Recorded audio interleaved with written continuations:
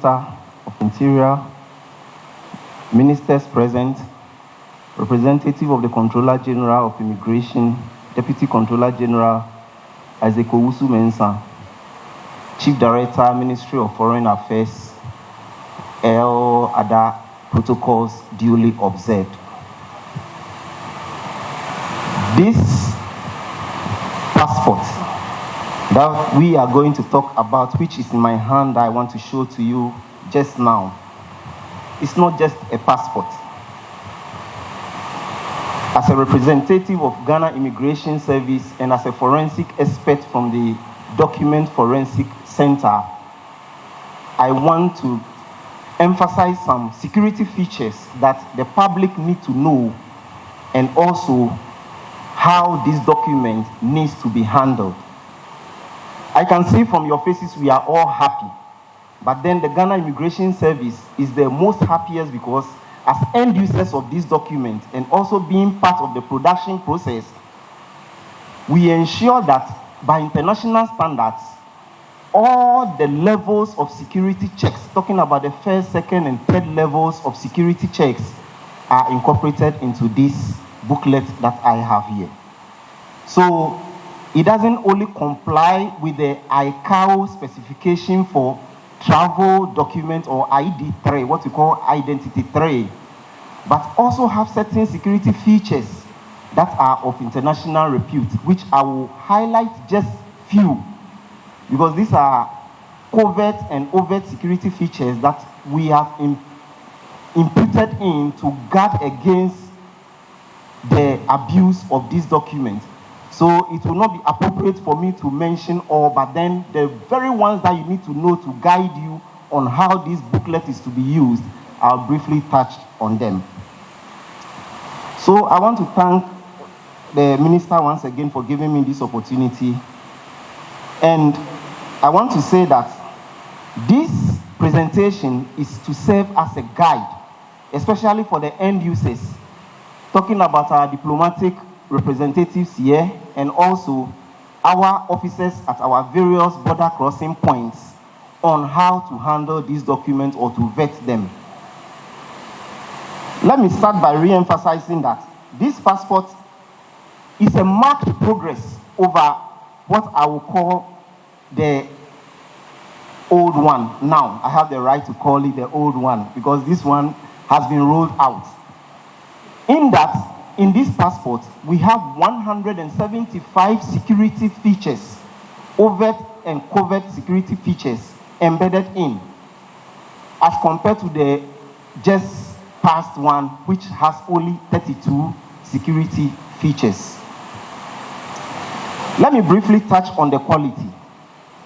As a document forensic expert and also being part of the production process, we chose only quality materials, talking about the three main substrates that constitute this document: the cover, the leather, which is also part of the document under forensics, the polycarbonate, which is the biographical data page, which appears as a card now, and the inner pages of the security papers. These are highly certified security materials that you can get anywhere on the planet. Now, when it comes to the production of the document, I will start with the printing techniques. The conventional printing techniques that were employed in producing this book are the state-of-the-art conventional printing techniques you can get anywhere. The representative from any here can attest to that. The chief director, we saw the machines, and these are techniques that cannot be replicated by any means. Hence, it guarantees security with the use of these documents.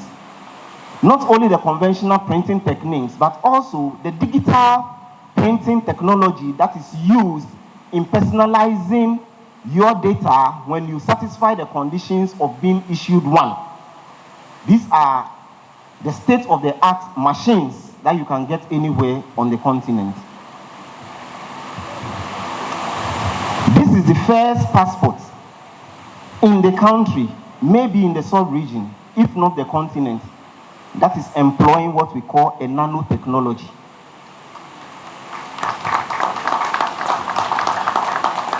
The state-of-the-art nanotechnology as we have in the world today is with one passport. For security reasons I can't mention, but Ghana is lucky to have this nanotechnology embedded in this passport. Also, the information you see on the passport regarding the visual inspection zone, the machine readable zone, and the photo zones have been encoded and inputted onto an RFID chip, which is inserted somewhere in these documents. And it is for this reason that I'm going to outline some do's and don'ts on what you should know about the documents. For the do's, please, when you turn to the instruction page, everything has been written there. And the handout given to you has been outlined in.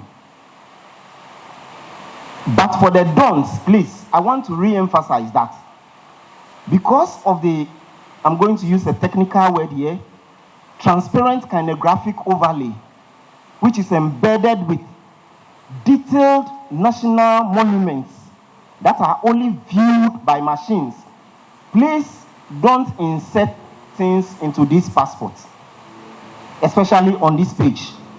Number 2, don't put it in your pocket and sit on it.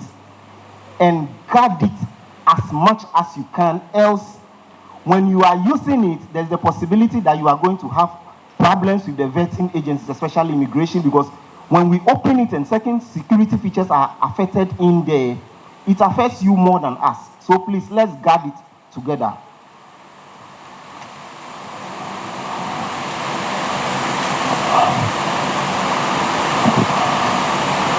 In conclusion, I want to say that what you see with your physical eyes in my hand here constitutes only 5% of the security inputs made in these documents.